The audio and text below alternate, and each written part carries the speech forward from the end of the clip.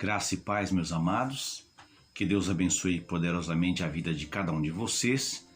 E muito obrigado por estar aqui no nosso canal mais uma vez, prestigiando os vídeos aqui que são veiculados.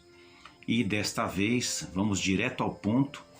Nós vamos estudar a primeira lição, a lição introdutória deste novo trimestre, que vai tratar da fragilidade humana e a soberania divina, todo o processo de sofrimento de Jó até a sua restauração.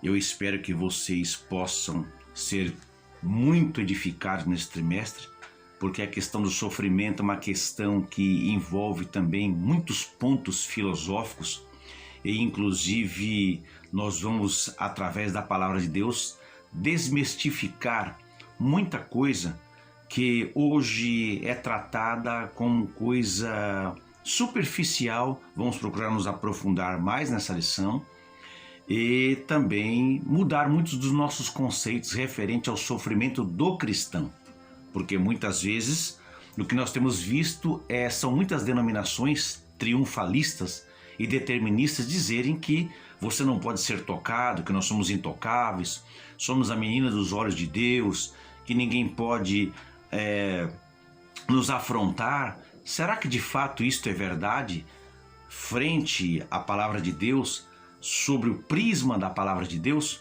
Isso é muito importante porque hoje nós temos, infelizmente, um batalhão de pessoas frustradas com Deus, com a fé, com a palavra, porque o que está sendo explicado para elas, as doutrinas que estão passando para essas pessoas, é de que elas são invulneráveis. E não é bem assim que funcionam as coisas. Mas como funciona de fato?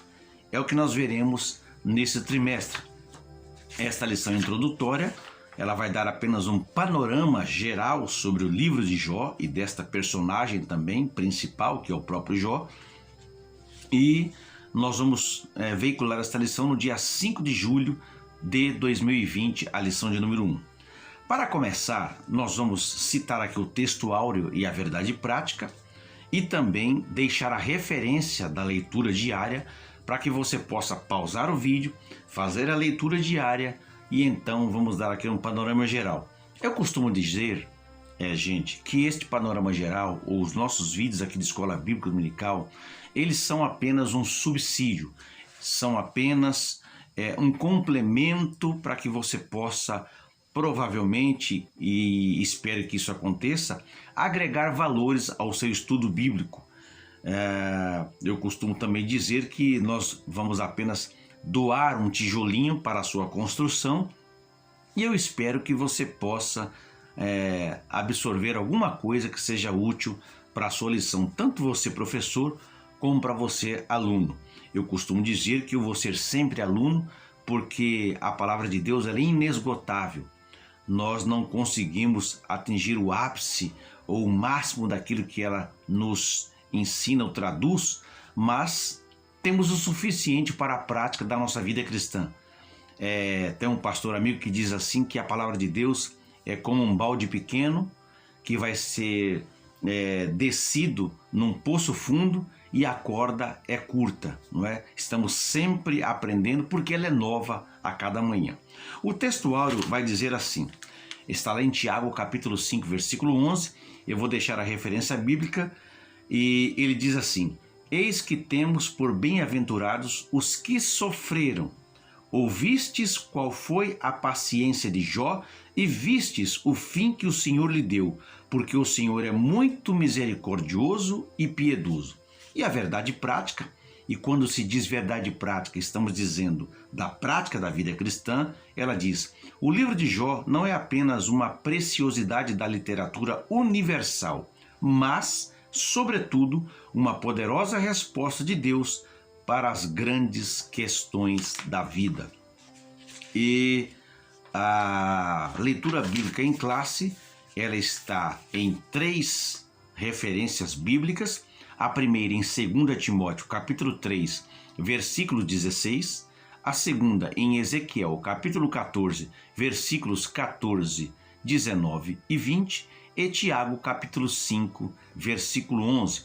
Farei apenas a leitura introdutória da revista, que está logo abaixo aqui do comentário, e também, por fim, farei a leitura da conclusão desta primeira lição intitulada O Livro de Jó. A introdução diz o seguinte: neste trimestre estudaremos o livro de Jó, uma das obras mais fascinantes da Bíblia. Não há em toda a literatura bíblica outra obra semelhante. Diferente na sua estrutura, no estilo e, sobretudo, no conteúdo, o livro de Jó demonstra a grandeza de Deus diante da finitude humana. É, portanto, uma obra que alimenta a nossa esperança quando tudo mais parece ter perdido o sentido. E enquanto eu falo, quero deixar algumas ilustrações para vocês, para que nós possamos passar de uma forma muito breve, muito rápida hoje, apenas um esboço geral, um voo, não é? Sobre a superfície deste livro, porque abaixo dessas águas há muita profundidade. E então espero vocês ansiosamente, aí sim, na segunda lição, para que nós possamos ir destrinchando o livro de Jó. Qual é a análise que nós fazemos então? O padrão que é claramente desenvolvido no livro, ele vai ter o prólogo, o discurso e o epílogo, ou seja, 3 partes aí: a parte inicial, a parte introdutória, a parte do meio, não é? O grosso de todos os eventos da vida de Jó, e finalmente o desfecho, chamado de epílogo, né? Então, prólogo, discursos e epílogo. E dentro desse discurso nós vamos ter os ciclos, né? Dentro do próprio discurso, e nós vamos ver, vai mostrar para nós que se trata de uma interpretação teológica sobre certos acontecimentos da vida de um homem chamado Jó. E do início ao fim, o autor tem a intenção, nós percebemos isso claramente, de responder a uma pergunta básica: qual é o significado da fé? Vejam, gente, é um chefe tribal. A gente percebe aí a piedade que ele tinha, a integridade da vida dele.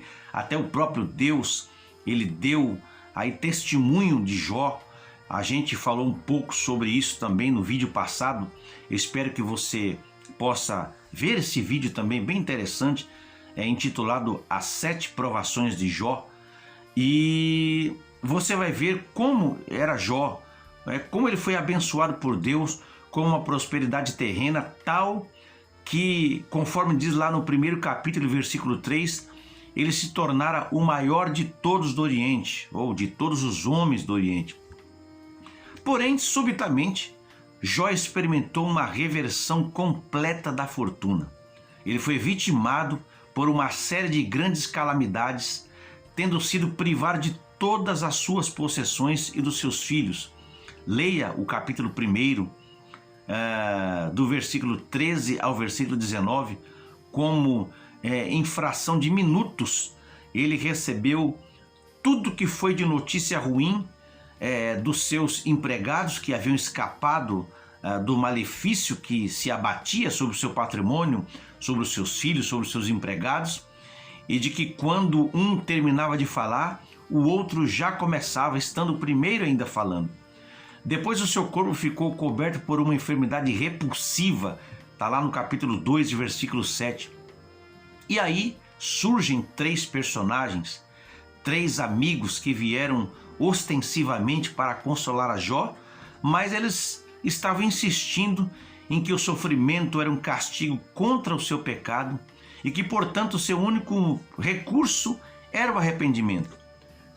Mas ao longo da história nós vamos ver que Jó, ele rejeita veementemente essa solução e ele afirma, ele tem certeza da sua retidão diante de Deus e a consequente incapacidade de compreender a sua desgraça. Ele não sabia, ele não tinha entendimento, ele não conseguia mensurar, decifrar, entender mesmo por que é que estava passando por tudo aquilo.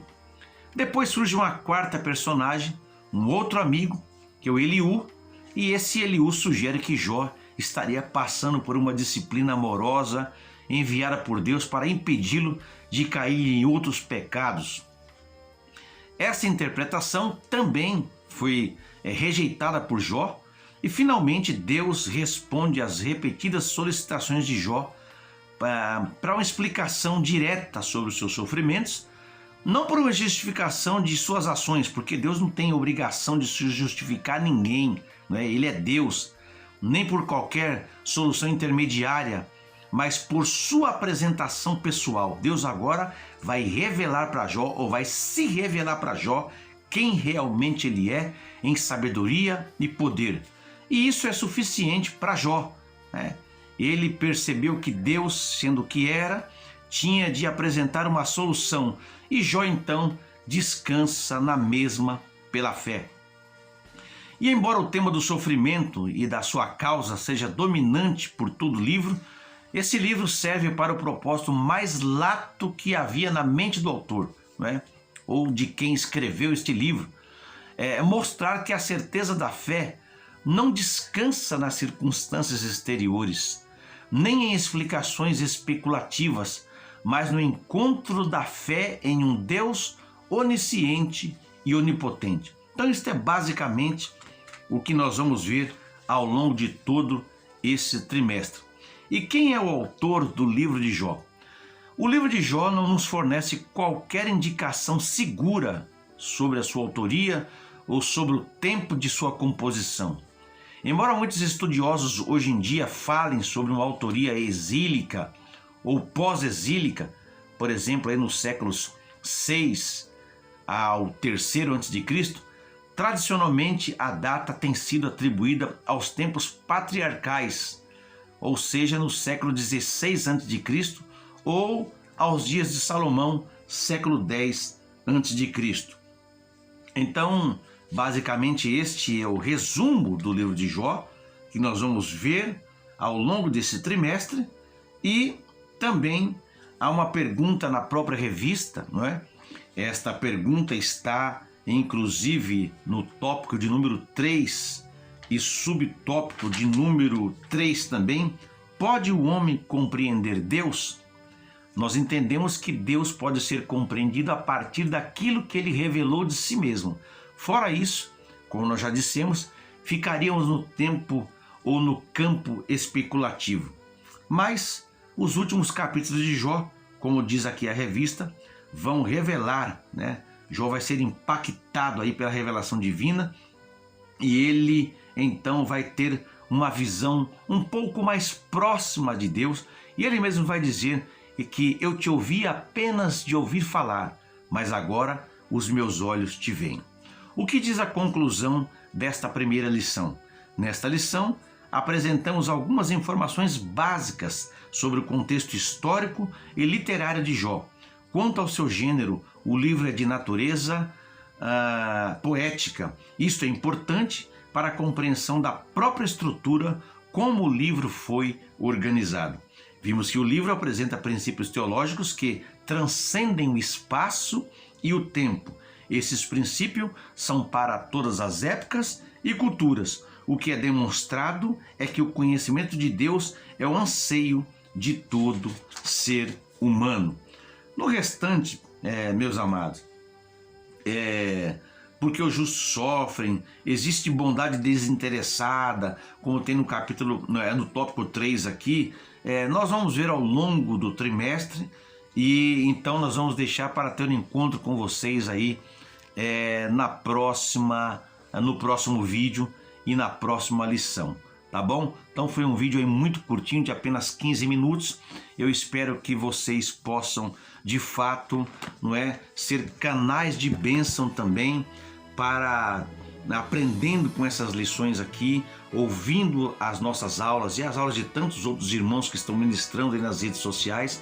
Os irmãos possam ser canais de bênção, não só para os cristãos que estão ao seu lado, para a sua família, mas também para os seus amigos que estão com aquele vazio interior, que não conhecem a Deus, mas que podem conhecê-lo e passar a compreender melhor a questão do sofrimento humano.